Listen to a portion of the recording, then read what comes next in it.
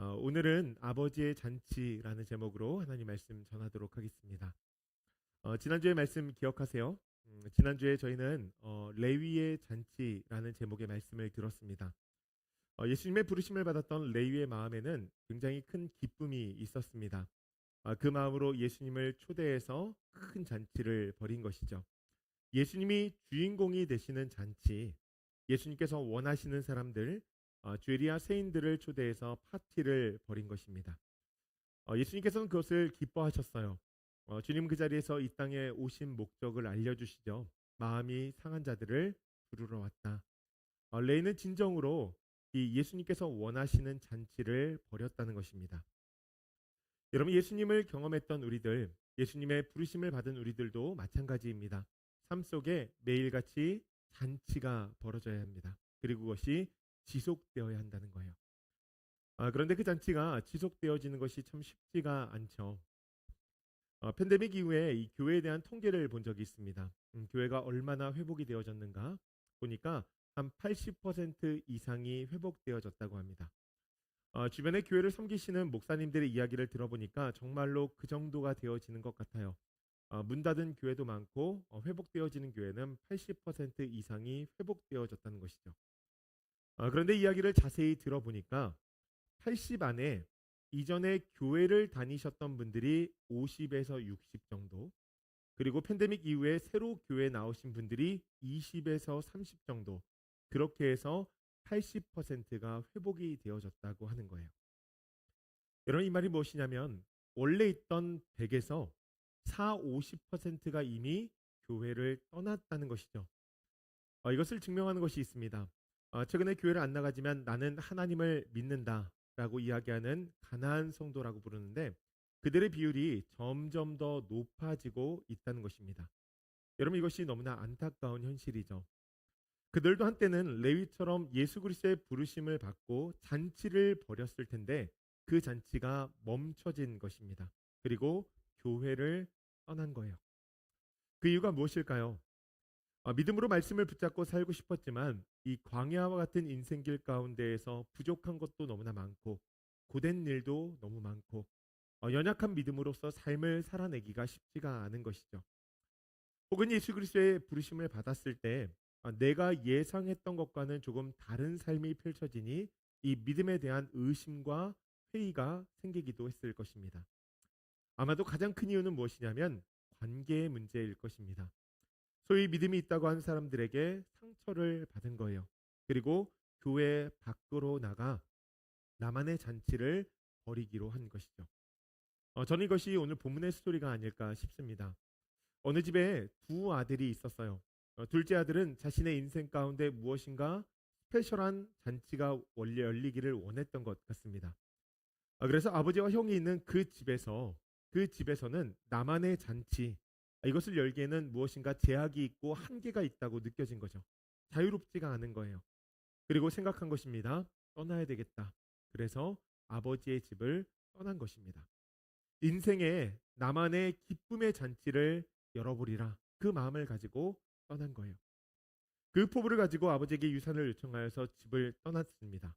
그리고 본문 13절의 말씀을 보니까 집을 떠난 그 사람의 모습을 기록을 하는데, 그럼 과연 그가 원한 대로 정말 그의 삶 가운데 잔치가 벌어졌는가?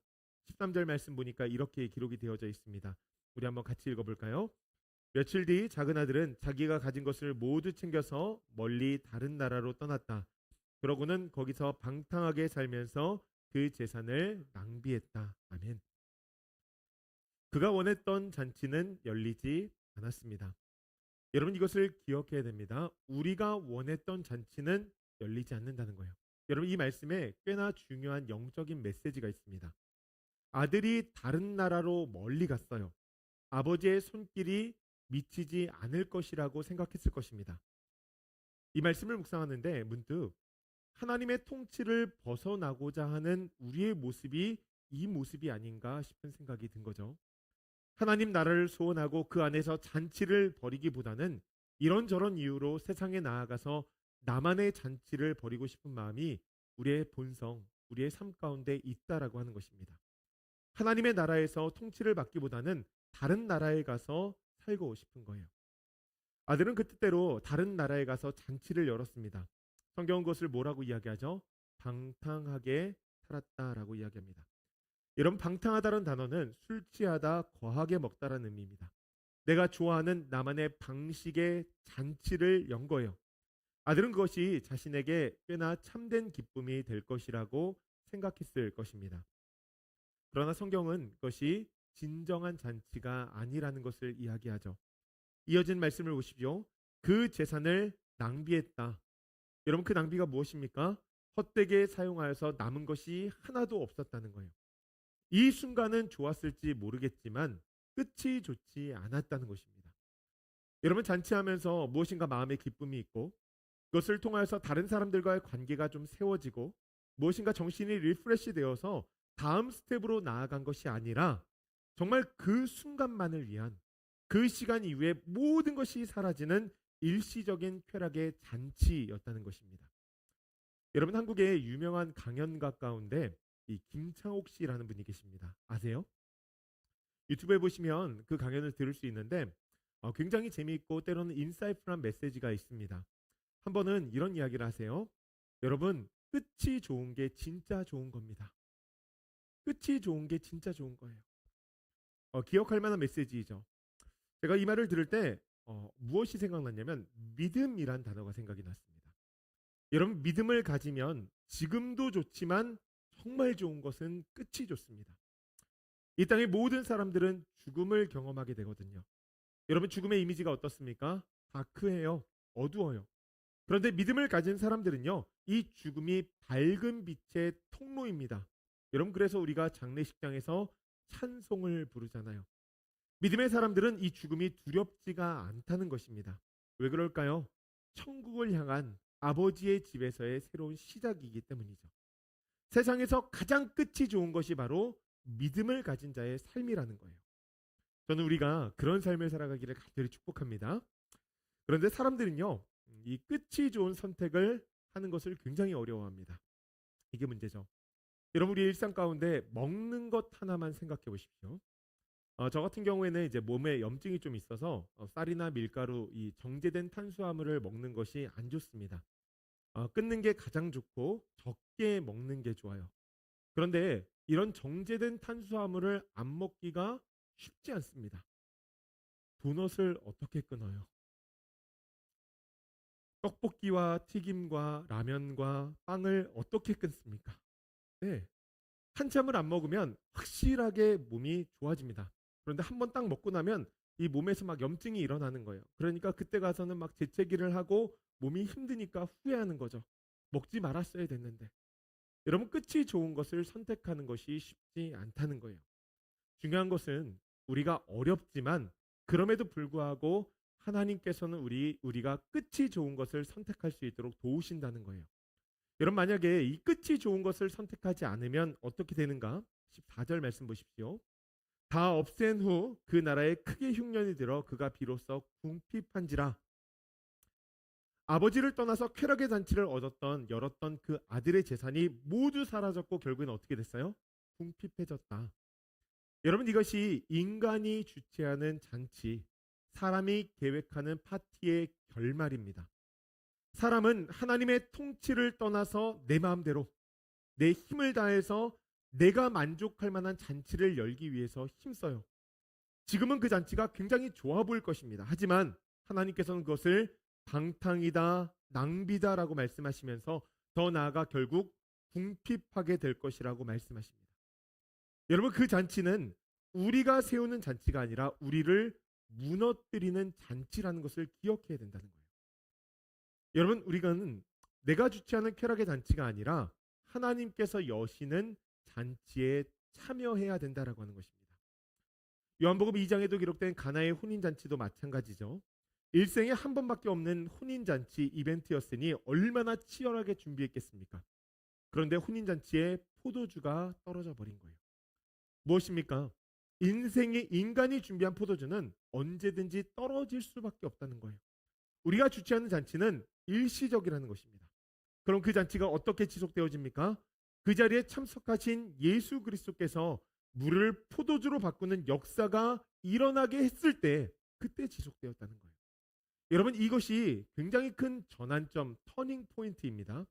잔치가 그냥 겉으로 보기에는 계속 이어지는 것 같지만 인간이 주최하는 잔치는 끝이 났어요. 그리고 예수 그리스도께서 준비하신 잔치가 시작이 되어졌다는 거예요. 여러분 우리가 하나님께서 주관하시는 그 아버지의 잔치에 참여해야 된다는 거예요. 오늘 본문에 보니까 둘째 아들이 그 잔치에 참여한 것을 볼 수 있습니다.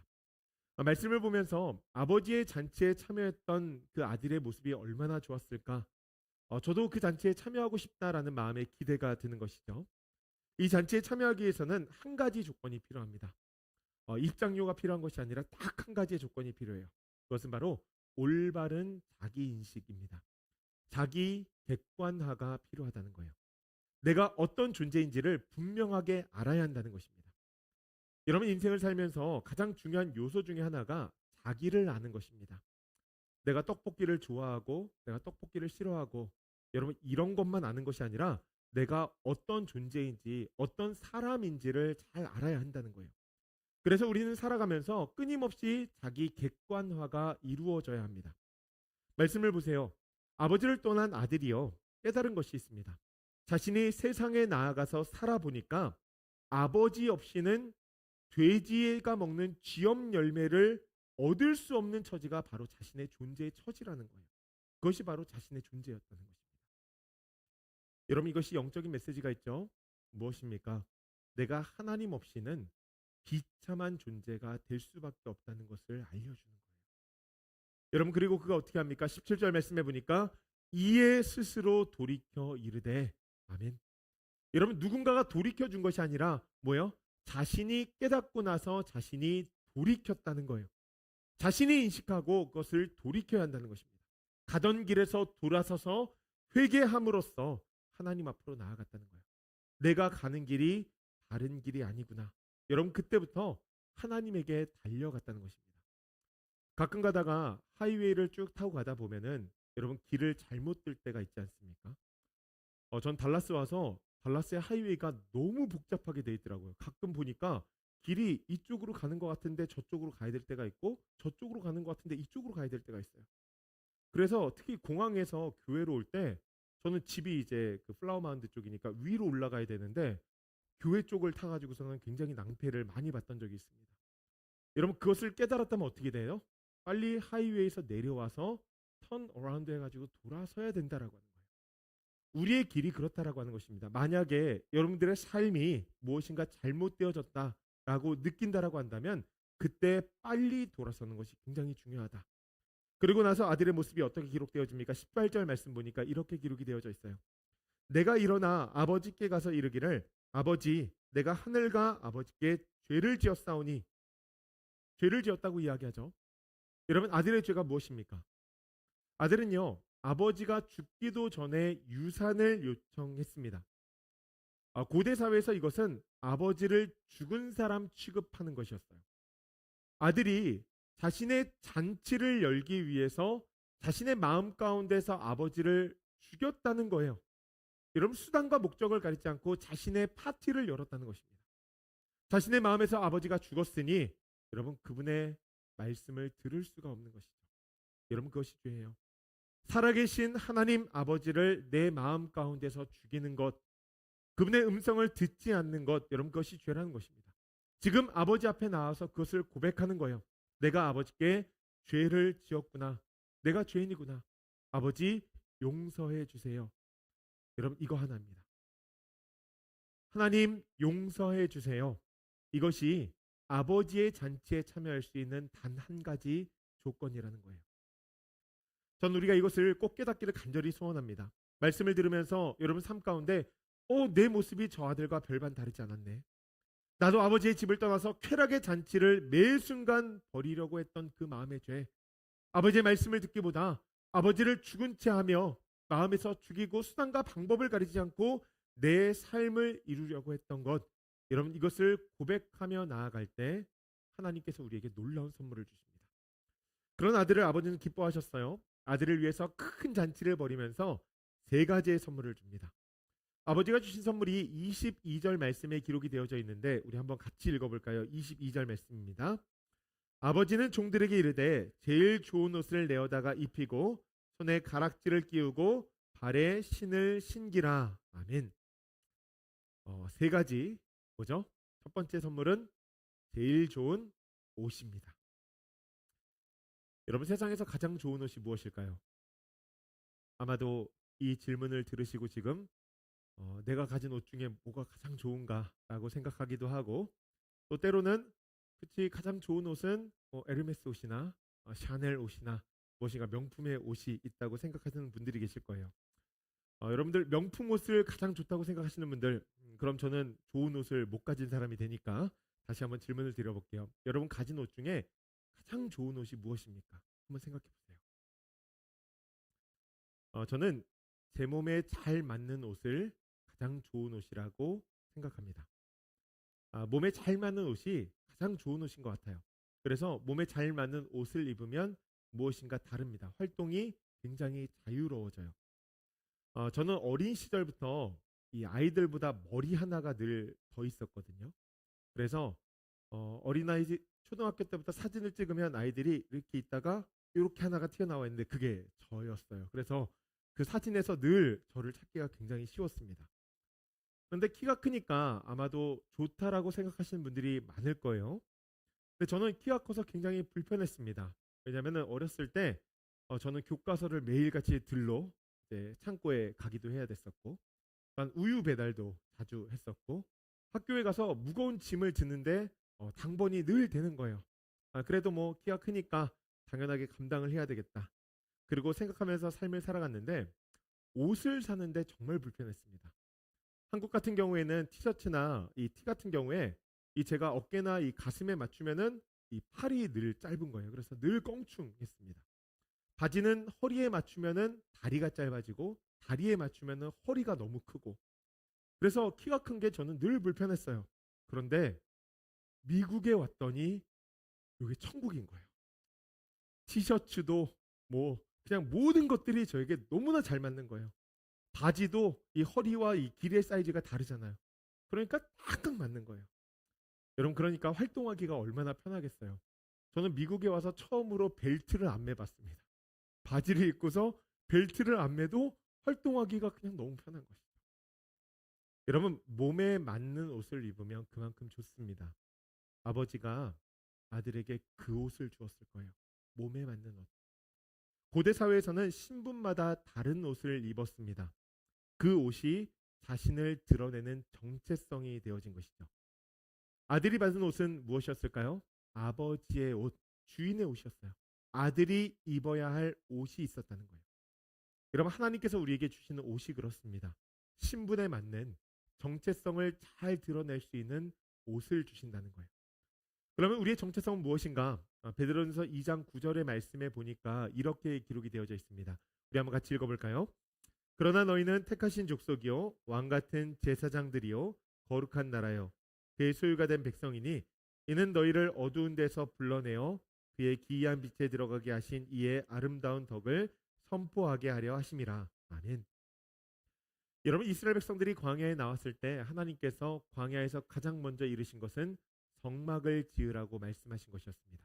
그리고 제사장에게 제사장의 옷을 입으라고 말씀하셨어요. 그 제사장의 옷을 보면 앞에 에봇이라는 것이 있는데 형형색색의 보석이 달려 있었습니다. 무엇일까요? 예배자의 입을 옷을 입으라는 거예요. 여러분 베드로의 말씀을 보니까 그것이 단순한 예배자의 옷이 아닙니다. 왕 같은 제사장이라고 말씀하세요. 왕의 신분이 입을 수 있는 옷과 제사장의 신분이 입을 수 있는 옷. 여러분 가장 좋은 옷이죠. 세상에서 가장 좋은 옷을 하나님께서 우리에게 주셔서 우리의 삶을 구별하셨다는 것입니다. 이런 것을 성경은 의의 옷이라고 하죠. 하나님께서 죄인인 우리들에게 죄인이 아니다라고 칭해 주시면서 의의 옷을 입혀 주신다는 거예요. 여러분 그 옷을 입고 살면 인생이 달라집니다. 삶의 어둠이 떠나가요. 기이한 빛으로 우리는 인도되어집니다. 거기서 끝나지 않죠.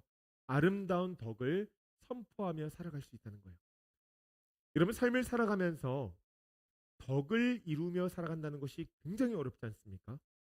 덕을 세우기 위해서는 인생 가운데 지혜가 엄청 필요합니다. 근데 하나님께서 우리에게 그 옷을 입고 일반적인 덕이 아니라 아름다운 덕을 선포하며 살게 하신다고 약속해요. 여러분, 그 옷을 입는 우리가 되어야 된다는 거예요.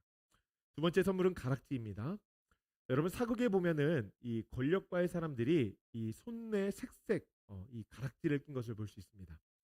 갖가지 보석으로 만든 가락지였는데 부의 상징이죠. 고대 근동에서도 그랬습니다. 고대 사회에서 가락지는 부의 상징이었고 또한 다른 의미를 가진 가락지가 하나가 있었습니다. 그것이 바로 본문의 아들에게 주어진 가락지인데 그것은 바로 인장 반지입니다. 고대 사회에서는 이 나무나 돌, 보석, 또한 뿔 등의 글자나 그림이나 또한 신의 형상을 넣어서 반지를 만들었습니다. 그것은 소유자의 신분이나 포지션을 드러낸 역할을 했고 또한 계약을 행할 때 사용하기도 했어요. 여러분, 이 반지가 도장이 되어지는 것이죠. 성경을 보면 이 인장 반지를 내어주었다라는 기록이 있는데 그 대표적인 예가 요셉이라는 인물에게서 드러납니다. 요셉이 이집트의 총리가 된 결정적인 사건이 하나가 있죠. 요셉이 감옥에 있을 때 바로가 꿈을 꿉니다. 여러분, 그거 아세요? 정상인이요, 하루에 8시간 정도를 자면은 한 2시간 정도는 꿈을 꾼다고 합니다. 그러니까 여러분들 오늘 자고 일어나셨을 때 꿈을 2시간 정도는 꾸신 거예요. 그러니까 꿈을 꾸느냐 안 꾸냐의 문제가 아니라 기억하느냐 기억하지 못하느냐의 문제입니다. 대부분의 사람들은 이 꿈을 잘 기억하지 못합니다. 그런데 바로가요, 너무 선명한 꿈을 꾼 거예요. 바로가 그때 알았겠죠. 무엇인가 이것이 사인이 있구나. 그래서 해석할 사람을 찾는데 그 꿈을 해석할 사람을 만나지 못한 거예요. 여러분, 하나님의 역사가 얼마나 놀라운지 아십니까? 하나님은 바로의 꿈을 통하여서 요셉을 감옥에서 이끌어내십니다. 요셉이 바로 앞에 나아가서 그 꿈을 해석하고 후에 어떤 일이 일어나죠? 창세기 41장 41절과 42절 말씀 보면 이렇게 기록합니다. 바로가 또 요셉에게 이르되 내가 너를 온 애굽 온 땅의 총리가 되게 하노라 하고 자기의 인장 반지를 빼어 요셉의 손에 끼우고 그에게 세마포 옷을 비고 금사슬을 목에 걸고. 아멘. 여러분, 요셉이 총리가 되었다는 거예요. 총리가 된 요셉에게 무엇을 주어요? 자신의 인장 반지를 빼어서 주었다는 거예요. 여러분, 본문에 기록된 가락지의 의미가 바로 이 인장 반지입니다. 더 이상 죄수가 아니라 총리가 되었으니까 이 인장 반지를 통하여서 왕의 권한을 대리하라는 거예요. 아버지가 돌아온 아들에게 인장 반지를 주면서 이렇게 이야기하는 거예요. 이제는 내가 아들이 되었으니 그 아들로서 나를 대리하여서 삶을 살아가라. 여러분, 이것이 탕자 이 둘째 아들에게만 주어진 은혜가 아니라 오늘 우리의 삶 가운데도 주어진 은혜라는 것을 믿으시기 바랍니다. 하나님은 우리가 복의 통로가 되어지기를 간절히 소원하세요. 어딜 가던 복을 선포하는 자로 인도하신다는 것입니다. 그것을 위해서 부르셨는데 여러분, 하나님을 떠난 사람, 그 떠남이 잘못된 길인 줄 알고 하나님께 돌이키는 자에게 하나님께서는 신분에 걸맞는 옷을 입혀주시고 그의 권한에 상응하는 일을 행할 수 있는 반지를 주시며 이 땅을 하나님의 나라로 세워가도록 인도하신다는 것입니다. 하나님의 백성으로서 담대하게 살아갈 수 있도록 하시는 것이죠. 여러분, 우리가 그 반지를 꼭 받기를 간절히 소원합니다. 여러분, 5캐럿짜리 다이아몬드 반지보다 좋은 거예요. 그 반지를 갈망하십시오. 세 번째로는 신발입니다. 발에 신을 신기라. 아버지가 잔치로 나아가는 아들을 향하여서 신을 신깁니다. 신을 신긴다는 것은요, 완전한 회복을 의미합니다. 이스라엘 역사를 보면 이 한국이 지금 남과 북으로 분단이 되어져 있잖아요. 그런 것처럼 북이스라엘과 남유다로 갈렸던 시절이 있습니다. 그 당시에 이 북왕국과 남왕국이 전쟁을 했는데 이 북왕국의 백성들이 남왕국의 백성들을 한 20만 명을 포로로 잡아갔습니다. 적지 않은 숫자죠. 그때 선지자 오데시라는 사람이 일어나서 하나님의 메시지를 선포합니다. 어찌 동족을 포로로 잡는 극악무도한 짓을 벌이느냐. 이제 그만하고 이 포로들을 놓아주라는 거예요. 그때 그들이 포로에서 어떻게 해방이 되어지는지 역대하 28장 15절 말씀 보니까 이렇게 기록이 되어져 있습니다. 이 위에 이름이 기록된 자들이 일어나서 포로를 맞고 노력하여 온 것 중에서 옷을 가져다가 벗은 자들에게 입히며 신을 신기며 먹이고 마시게 하며 기름을 바르고 그 약한 자들은 모두 나귀에 태워 데리고 종려나무 성 여리고에 이르러 그의 형제들에게 돌려준 후에 사마리아로 돌아갔더라. 아멘. 포로에서 회복되어지는 사람들, 다시 송환시키는 사람들에게 무엇을 주었어요? 옷을 입히고 신을 신겼다는 것입니다. 여러분, 옷을 입히고 신을 신겼다는 것은요, 포로에서 완전히 회복되어지는 것을 의미하는 상징적인 사건이었어요. 이제는 신을 신고 자신의 삶의 자리로 돌아가라는 것입니다. 본문을 보면 아버지께서 아들에게 신을 신기라 말씀하시죠. 완전한 회복을 명하는 것입니다. 이제는 그 어떤 것도 과거의 그 모든 그의 삶이 그를 얽매일 수 없다고 선언한 거예요. 이 회복은 자신의 완전한 아들이 되어졌다라는 증거라는 것이죠. 여러분, 아버지의 아들, 또한 그 집안에서는 주인의 아들, 뭐예요? 기업을 물을 자, 상속자가 되었다는 것입니다. 이런 그래서 고대 이스라엘 역사를 보면요, 이 기업을 물을 자, 상속자들에게 자신의 권리나 소유를 넘길 때 신발을 주는 풍습이 있었습니다. 그 신을 줌으로써 상속자를 인정하고 확증해 준 거예요. 여러분, 하나님께서 우리에게 그 신발을 주신다는 거예요. 여러분, 특별히 그 신발에 특별한 능력이 있죠. 에베소서 6장 15절 말씀 보니까 이렇게 기록이 되어져 있습니다. 평안의 복음이 준비한 것으로 신을 신고. 아멘. 여러분, 하나님께서 우리에게 입혀주신 옷은요, 또한 그 신발은 단순한 신발이 아니라는 거예요. 우리의 정체성을 온전히 드러낼 수 있는, 또한 우리를 보호해주는, 우리의 삶을 세우는 능력이 있다는 것입니다. 그래서 그 신발을 신으라는 거예요. 평안의 복음이 깃든 그 신발. 그래서 세상에 복음을 선포하며 세상에 평안을 전하며 삶을 살아가는 거예요. 사랑하는 주일필교회 성도님들, 우리가 아버지의 잔치에 참여해서 여러분 이 선물 꼭 받기를 소원합니다. 아버지의 나라를 꿈꿔야 된다는 거예요. 저는 본문을 보면서 이 하나님과 하나님의 나라에 대해서 다시 한번 생각해 보게 되었는데, 그것이 무엇이냐면 여러분 그 나라가 위대하다는 것입니다. 한번 보세요. 본문 11절과 12절 말씀 보니까 아버지가 아들에게 행한 것이 하나가 있어요. 무엇을 행했냐면 그 살림을 각각 나누어 주었습니다. 둘째 아들이 요청했을 때 첫째에게도 나누어 주고 둘째에게도 나누어 줬어요. 여러분, 유산을 주고 나서 어떤 일이 발생했습니까? 14절 말씀 보니까 나라의 경제가 거의 완전히 무너져 버렸어요.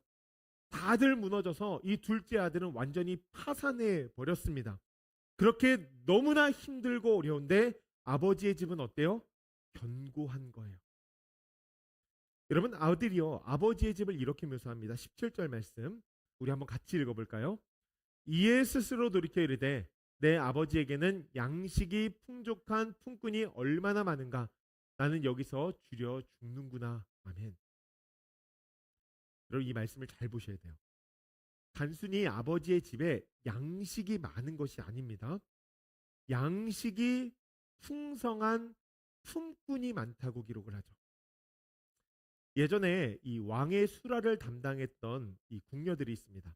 이 궁녀들은요, 왕의 집에 살면서도 배를 골았어요. 왜냐하면 왕에게 올린 음식에서 남은 것을 먹고 살았거든요. 그래서 매 끼마다 왕에게 진수성찬을 올리고 그 음식에서 남으면 그것을 궁녀들이 먹었고, 왕이 많이 먹어서 남지 않으면 그 끼를 굶었습니다. 사람 취급을 받지 못한 거죠. 여러분, 고대 사회도 그랬어요. 노예들은 사람 대접 못 받았습니다. 줄임배를 채우기가 굉장히 어려웠어요. 그런데 지금 아들이 아버지의 집을 어떻게 묘사합니까? 양식이 풍족한 품꾼이 많다는 거예요. 여러분, 여기서 우리는 하나님이 어떤 분이시고 하나님의 나라가 어떤 곳인지, 또한 그곳에서 일어난 잔치가 무엇인지를 생각해 볼 수 있죠. 부족함이 없다는 거예요. 아무리 경제가 무너진다 하더라도 하나님의 통치가 임하는 가정과 교회는 어떤 일이 일어나요? 견고하게 세워진다는 것입니다. 여러분, 하나님께서 얼마나 풍성하신 분이신지 그의 백성들을 어떻게 하세요? 힘들고 어려운 상황 가운데서도 잔치가 벌어질 수 있도록 하신다는 것이죠. 그것뿐만이 아니죠. 여러분, 그 품꾼들에게 풍족한 양식을 주었다는 것은 하나님의 정의와 공의가 그 땅 가운데 강같이 흘렀다는 것입니다. 사람이 사람 취급받지 못하는 세대 가운데에서 그 노예들도 사람 취급을 받으며 풍족한 삶을 살아갔다는 거예요. 여러분, 그러면 이 말씀을 토대로 우리가 이해해야 될 말씀이 하나가 있죠. 예수님께서 우리에게 이렇게 말씀하시지 않습니까? 무엇을 먹을까? 무엇을 마실까? 무엇을 입을까? 염려하지 말라. 왜요? 우리 하나님 아버지가 풍성하시기 때문에. 먹는 것에 치중하는 것이 아니라 우리는 하나님 나라를 경영해야 될, 하나님 나라를 어떻게 세워야 될까? 여러분, 거기다가 더 신경을 써야 되는 사람들이라는 거예요. 그 권한을 받았으니 누리라는 것입니다. 여러분, 우리가 그 잔치에 동참하기를 간절히 소원합니다. 내 힘으로 차린 잔치는요, 절대로 우리를 즐겁게 하지 못해요. 우리 주비들에게 물어보면 그런 얘기 제일 많이 하지 않습니까? 뭐가 제일 맛있어요? 그러면은 남이 차려준 밥이 제일 맛있다고. 여러분, 그거 공감하시죠? 제 아내가 저한테 자꾸 그런 얘기를 해요. 밥 차리라 그런 거죠, 지금. 여러분, 그 잔치가 우리의 삶 가운데 있어야 된다는 거예요. 우리 손으로 차린 잔치가 아니라 아버지의 잔치에 동참해야 된다는 것입니다. 여러분, 혹시나 이 시간 예배 자리에 나와 있는데 마음으로 아버지의 집에서 떠난 자들이 있다면 돌이키기를 간절히 소원합니다. 회개함으로 아버지의 잔치에 동참하여서 세 가지의 선물과 함께 풍성한 은혜를 누리기를 간절히 소원해요. 또한 이 자리에서 그 잔치를 즐기고 있는 자들이 있다면 여러분, 자신에게 있는 세 가지 선물이 무엇인지를 간절히 알고 그것을 누리는 생각을 하기를 소원합니다. 저는 간절히 기도합니다. 한 주간 이 잔치가 여러분들의 삶 가운데 임할 것이고요. 다음 주에 일어나는 그 잔치에는 이 잔치를 맛보는 사람들이 분명히 있을 것입니다. 잔치를 통하여서 수많은 주의 백성들이 신분을 회복하고 놀라운 은혜를 맛보게 될 거예요. 여러분, 우리 모두가 그 잔치에 동참하여서 하나님께 큰 기쁨이 되어지고 또한 그 기쁨을 매일같이 누리며 살아갈 수 있는 조이필교회 성도님들 되시길 주님의 이름으로 간절히 축복합니다.